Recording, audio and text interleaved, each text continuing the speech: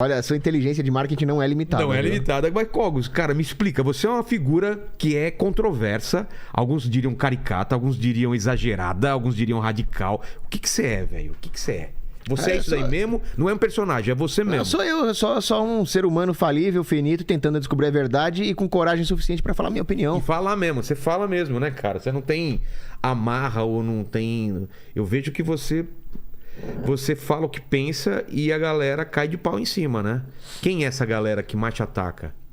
Olha, eu sofro ataque de todos os lados do Sério? espectro político. Esquerda, Mesmo direita. da direita também? Mesmo da direita. É mesmo? Principalmente aquela direita Nutella, né?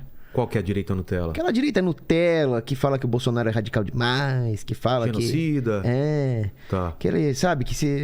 na verdade eu sou de direita, mas não podemos ser extremistas. Esses caras são os que mais me atacam, mais que a Entendi. própria esquerda. Entendi. Ah, é? Mais que a esquerda? É. Porque justamente eles servem de linha auxiliar da esquerda. Entendi. O que eles estão tentando fazer é impedir que a verdade seja dita. Tem uma coisa que chama janela de Overton. O que é isso? A janela de Overton é a janela das opiniões socialmente aceitas. Então imagina que isso aqui é uma janela, né? Coloca aqui, ó. Aqui, ó. Aqui é uma janela. Aqui você tem o máximo de direitismo socialmente aceito. Aqui você tem o máximo de esquerdismo socialmente aceito. É mais fácil. Vamos fazer aqui, ó. É, aqui dá pra ver melhor. Ó, muito bom. Aí, vamos lá. As canetinhas. Isso. Então, você imagina que isso aqui é a janela de Overton, né? Então, isso aqui é o máximo de direitismo aceito, aquela coisa, né? Partido Republicano, aquela coisa... Antigamente era, sei lá, o DEM, os democratas, Tá. né? Aqui você tem a esquerda, a mais extrema esquerda socialmente aceita.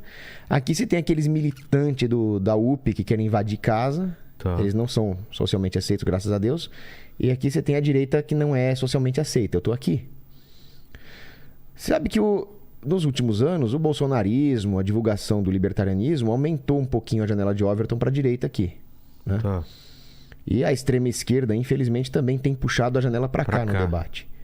E a direita Nutella, a direitinha que está aqui, eles funcionam como uma baliza, né? Eles falam, nós não queremos deixar o debate vir para cá.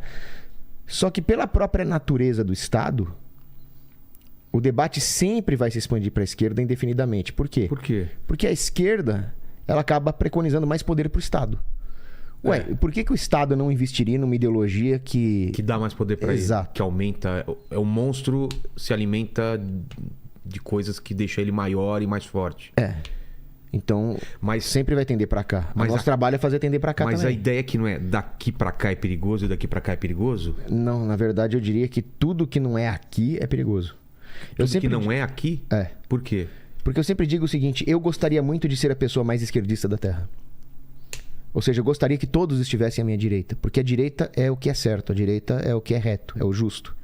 Eu gostaria de ser a pessoa mais longe da verdade da Terra e que todas as outras servissem para me inspirar, para me instruir, para me guiar. E assim eu fosse crescendo. Certo. E a pessoa mais à direita que já existiu foi Jesus, porque ele é a verdade. Então, ele é que defendia a máxima justiça. Mas a esquerda diz que Jesus era esquerdista. Não, porque ele é uma leitura completamente errada. Dividia né? os pães, cuidava dos pobres, tinha uma... Mas eu também não acho... Eu acho que isso é uma visão pequena de Jesus. Entendeu?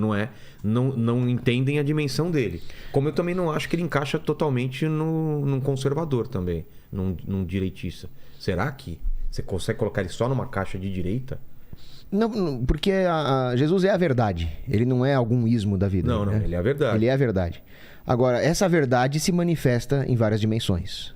Na dimensão da moral pessoal, na dimensão de como a pessoa lida com a própria vida profissional. Por exemplo, Jesus foi um carpinteiro honesto e trabalhador. Certo. Mas também se reflete na dimensão política.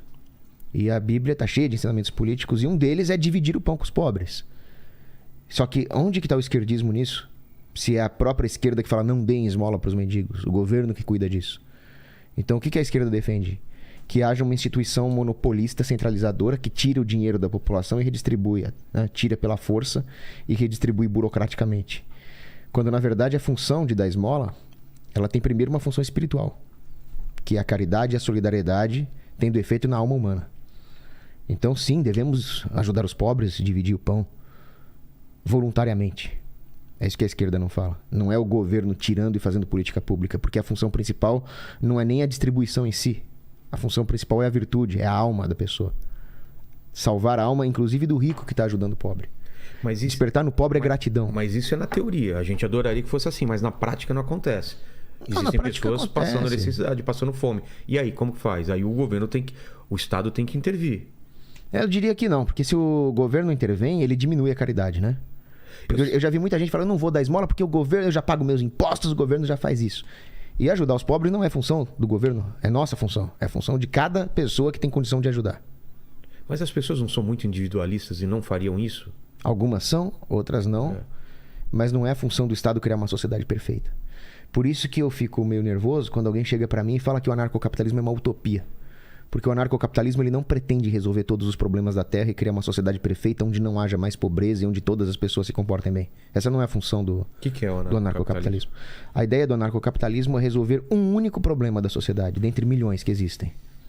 Esse problema é o mau emprego da violência. Um mau emprego da violência? Não é pacifismo. Mas a violência ela tem que ser empregada contra malfeitores, contra desordeiros, bandidos, invasores, inimigos em guerra. Ela não serve para ser aplicada para fazer política pública, ela não serve para fazer engenharia social. É errado usar a violência para moldar a sociedade à imagem e semelhança de uma ideologia ou de um líder.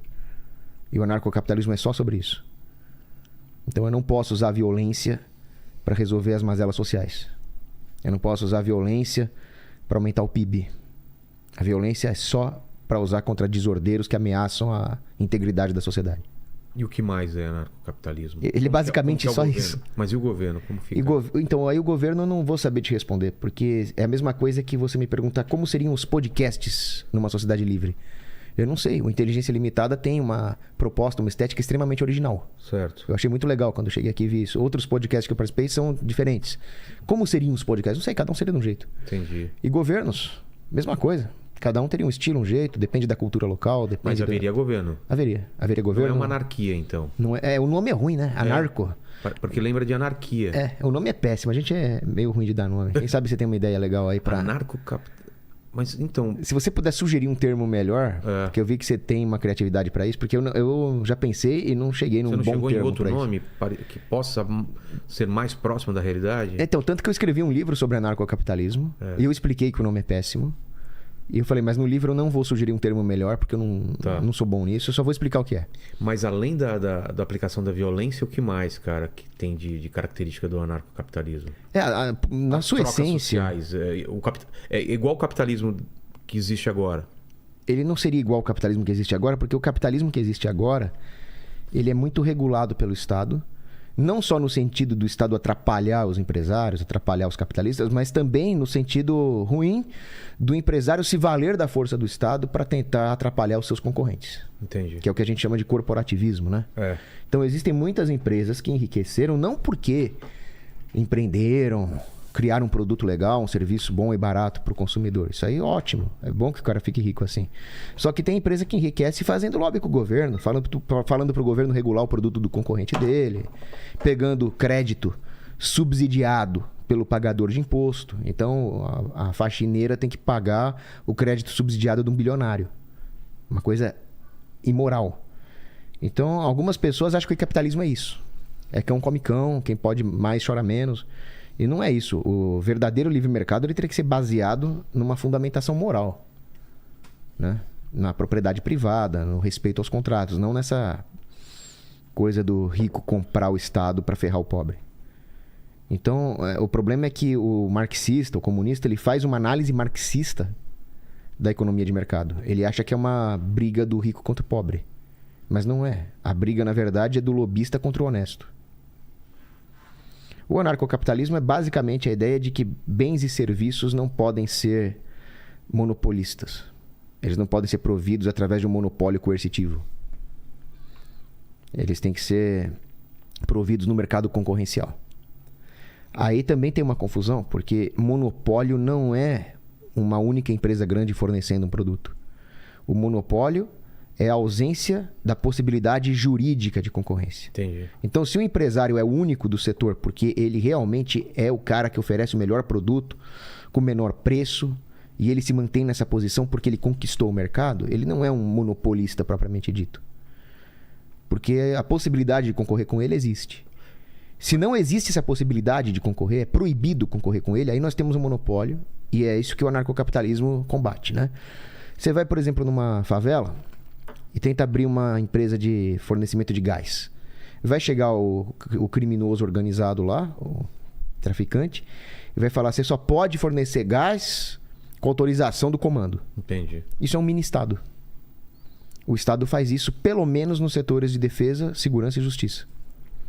Enquanto houver isso, existe o estatismo, que a gente chama. Não existe uma concorrência de serviços. Se o governo é uma coisa boa, então uma pessoa que vai discordar de mim, não, tem que ter governo, o governo é uma coisa boa. Também acho que o governo é uma coisa boa.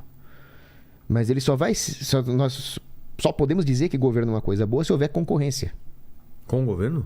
Governos concorrendo para ver quem fornece o serviço de governo. Como seria isso?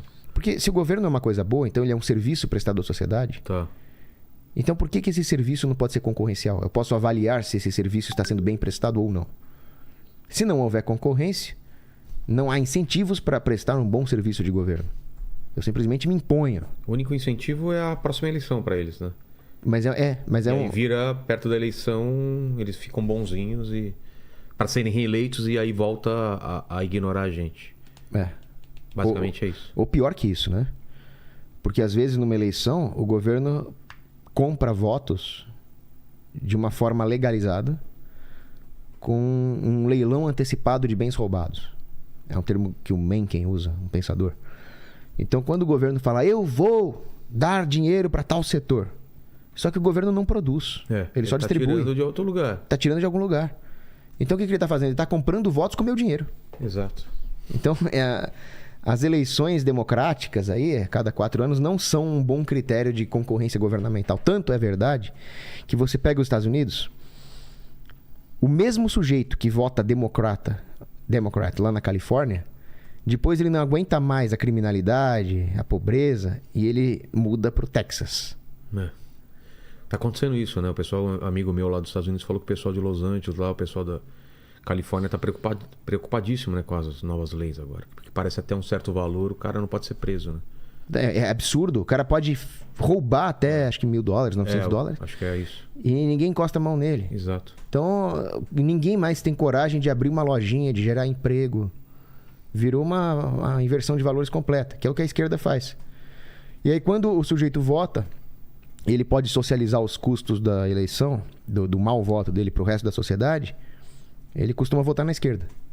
Mas quando ele consegue individualmente escolher para onde ele vai para os estados governados pela direita. E por quê? Porque aí ele não consegue mais socializar os custos, ele está escolhendo para ele mesmo. Aí ele vai para onde tem prosperidade, segurança. Exato. Mas quando o governo compra ele no curto prazo, dá problema. E o que você vê aqui no Brasil? O que está acontecendo aqui, esquerda e direita? Porque a gente teve uma escalada, né? Antigamente era uma coisa mais pacífica e de repente escalou, acho que lá pro governo Dilma, né? Na eleição da Dilma com a Aécio já começou e daí para frente escalou para uma coisa de ir pra rua, de manifestação, de briga nas redes sociais. Você acha que a gente vai daí para pior? Para uma briga mesmo? É porque à medida que o tempo passa, as coisas vão ficando mais delineadas, né? O mal vai sendo mal, o bem vai sendo bem. E aí o que chamam de polarização, na verdade, é esse delineamento de como as coisas realmente são. No Brasil... Você acha que antes era meio nublado e agora tá bem claro quem é o quê? É isso? Antes, exatamente, Vilela. Antes era uma briga de fachada, como era a briga, para fazer um paralelo lá com a República Velha, né? As oligarquias do café, as oligarquias do leite. Café com leite. No fundo eles eram... Briga de mentira. Eram todos os amigos, só trocavam... Negociava o poder ali. É a famosa... O Teatro das Tesouras lá? Aí tem o Teatro das Tesouras, né? Que é o PT e o PSDB, que era a mesma coisa. Eles fingiam que brigavam entre si. Mas no fundo estavam seguindo a mesma agenda globalista. Existe aquela coisa também do tira bom, tira mal, né? Quando eles vão fazer um interrogatório, eles têm uma tática para fazer o prisioneiro confessar. A gente vê isso nos filmes, né? O tira bom e tira mal. Chega o tira mal ali, você vai falar ou não vai falar? E o cara... Aí depois chega a policial... Dá um tapa na cara e fala, pô... Fala! Meu amigo lá tá muito, muito tenso, cara. Mas, cara, relaxa.